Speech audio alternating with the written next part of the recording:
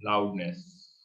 amplitude. So loudness has to do with the amount of energy it is carrying, intensity.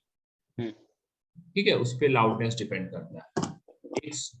कोई भी sound ज्यादा intensity है तो उसका लाउडनेस ज्यादा होगा.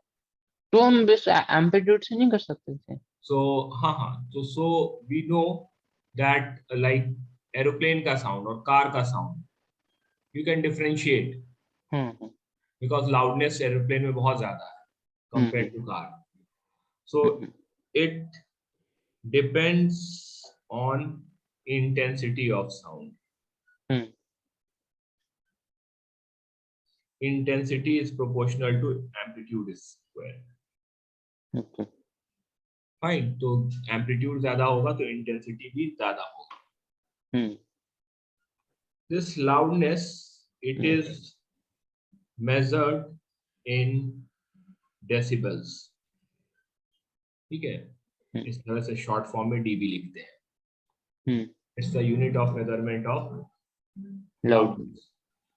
तो फॉर्मूला होता है इसका that बीटा इन डेसिबल्स.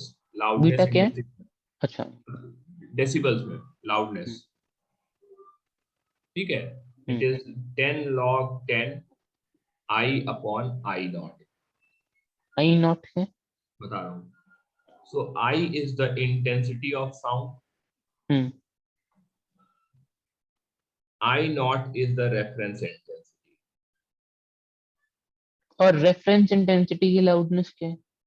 अच्छा, वो उसमें डाल देंगे बस. मैं बता रहा हूँ. Reference intensity is 10 to the power minus 12 watt per meter. ठीक है. So what is this reference intensity?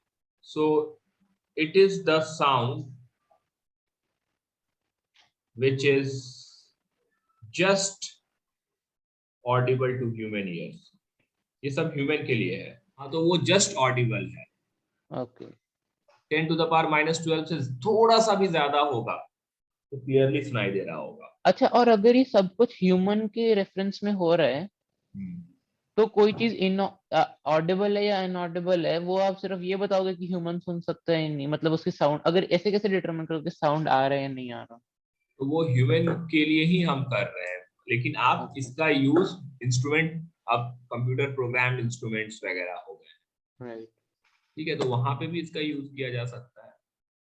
Okay. Right, but we are more concerned about human. हमें ये पता है कि aeroplane, if there is a aeroplane standing nearby, so it will make a very large sound. तो हमें अपने आप को प्रोटेक्ट करना है तो कितना साउंड करेगा, ऑल दिस थिंग्स. ओके. ठीक है, समझ में आ गया ये?